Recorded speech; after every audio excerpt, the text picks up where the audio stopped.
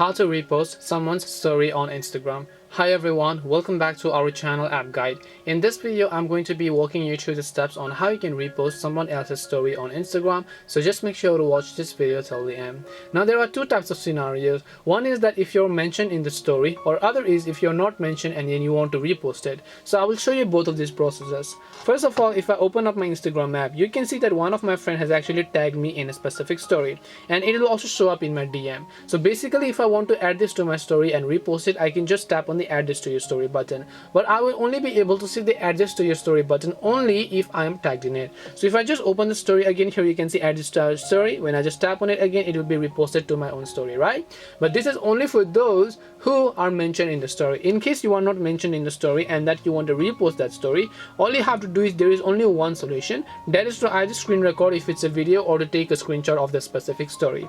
So just go ahead and open up the specific post that you would like, and then all you need to do is just go ahead and take a screenshot of it. And then once you take a screenshot of it, you just want to come back, and then to post it, just open up your story tab over here.